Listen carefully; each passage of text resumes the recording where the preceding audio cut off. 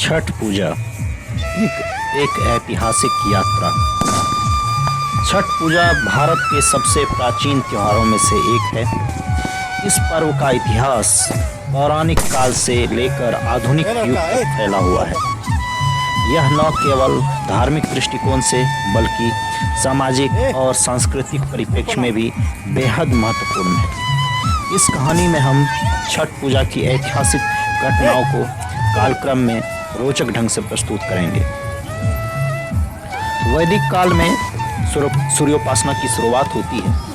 छठ पूजा का प्रारंभ वैदिक काल में हुआ था, जब सूर्य उपासना का उल्लेख सबसे पहले ऋग्वेद में किया गया। वैदिक ऋषियों ने सूर्य को ऊर्जा और जीवन का स्रोत माना। ऋषि अगस्त्य ने अपने शिष्यों को बताया कि सूर्य न केवल प्रकाश का स्रोत है, बल्कि वे हमारी फसलों को उगने में मदद करते हैं। उनकी पूजा हमें शारीरिक और मानसिक ऊर्जा प्रदान करती है। इसी परंपरा के तहत सूर्य को जल चढ़ाने की प्रथा आरंभ हुई। इस काल में सूर्य के प्रति आभार व्यक्त करने के लिए यज्ञ और अर्घ्य जैसे अनुष्ठानों का प्रचलन शुरू हुआ, जो छठ पूजा का मूल आधार था।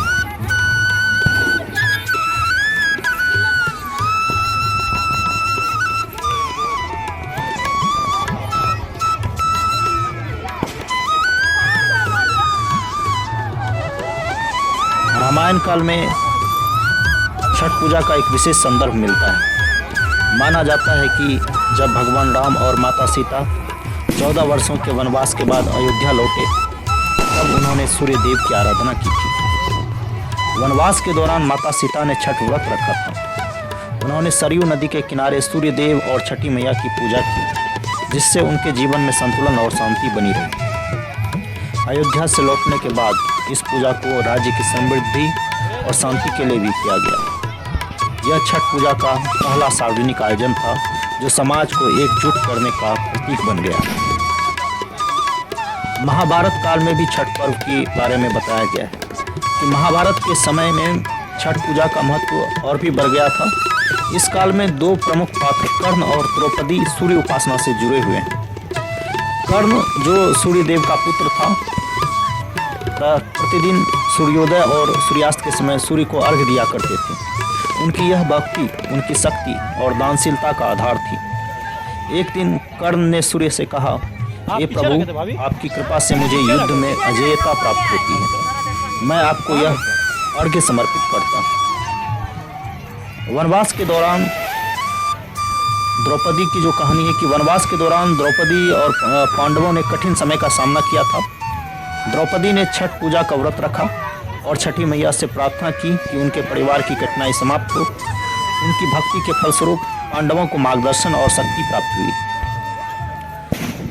अब आगे इतिहास में आगे चलते हैं तो मौर्य और गुप्त काल में भी छठ पूजा के राजकीय समर्थन के बारे में मिलता है कि मौर्य और गुप्त साम्राज्य के दौरान छठ पूजा को राज्य स्तर पर प्रोत्साहन मिलता था। जिस प्रकार अभी सरकार प्रोत्साहन देती है छठ पूजा को और घाट की व्यवस्था सरकारी तौर पे की जाती है, इसी प्रकार से सम्राट अशोक, जो बौद्ध धर्म के अनुयायी थे, उन्होंने भी सूर्य देव की पूजा का समर्थन किया था। सम्राट अशोक ने अपने साम्राज्य में सूर्य पूजा को प्रोत्साहित किया, क्योंकि वे मानते थे कि यह प्रथा उनके नागरिकों में ऊर्जा और सकारात्मकता भरती है। उन्होंने कई सूर्य मंदिरों के निर्माण करवाए। गुप्त साम्राज्य के समय में कोणार्क का सूर्य मंदिर और अन्य सूर्य मंदिर भी बनाए गए। इस दौरान छठ पूजा केवल एक धार्मिक अनुष्ठान ही नहीं रहा, बल्कि इसे सांस्कृतिक उत्सव के रूप में मनाया जाने लगा।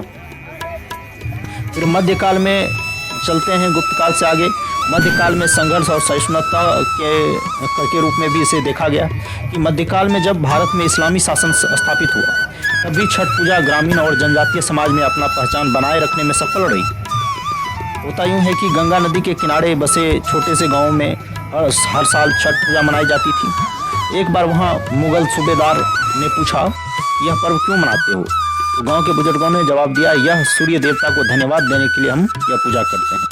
तो सूबेदार ने भी इस प्रथा को समझा और इसमें हस्तक्षेप नहीं किया, और इस प्रकार छठ पूजा ने धार्मिक सहिष्णुता का एक उदाहरण प्रस्तुत किया। फिर हम चलते हैं आधुनिक काल की ओर। आधुनिक काल में स्वतंत्रता संग्राम में भी छठ की पूजा हुई थी। 20वीं सदी में जब भारत स्वतंत्रता संग्राम की लड़ाई लड़ा जा रहा था तो छठ पूजा ने ग्रामीण भारत को एकजुट करने में महत्वपूर्ण भूमिका निभाई थी। बिहार के स्वतंत्रता सेनानी रघुवीर बाबू ने छठ पूजा के दौरान गांव के लोगों को एकत्रित किया और उनसे कहा, जैसे सूर्य हमें अंधकार से बाहर लाते हैं वैसे ही हमें अपने देश को आज़ादी के प्रकाश में ले जाना है। इस प्रकार छठ पूजा ने न केवल धार्मिक उत्सव ही नहीं बल्कि स्वतंत्रता संग्राम का प्रतीक भी बन गया था छठ पूजा। फिर आगे चलते हैं, समकालीन युग में छठ पूजा का जो वैश्वीकरण है, अभी जो इस समय वर्तमान समय में पूरे विश्व में लगभग हर जगह छठ मनाया जाता है, कि आज छठ पूजा ने न केवल भारत में बल्कि विदेशों में भी यह छठ पूजा मनाई जाती है और प्रवासी भारतीय इसे दुनिया भर में लोकप्रिय बना रहे हैं। अमेरिका में रहने वाली नीलम पहली बार अपने परिवार के साथ छठ पूजा मनाने घाट पर गई। उसने सोचा यह पूजा मुझे मेरी जड़ों से जोड़ती है। डिजिटल माध्यम से इस पर्व की तस्वीरें और वीडियो वायरल हो गए, जिससे छठ पूजा को वैश्विक पहचान मिली। और निष्कर्ष यही है इस पर्व का कि छठ पूजा की यह ऐतिहासिक यात्रा वैदिक काल से लेकर आधुनिक युग तक एक धर्म, संस्कृति और प्रकृति के प्रति कृतज्ञता की अभिव्यक्ति है। यह पर्व न केवल सूर्य देव और छठ मैया की आराधना है बल्कि यह समाज में एकता, सहिष्णुता और सामूहिकता का प्रतीक भी है। धन्यवाद।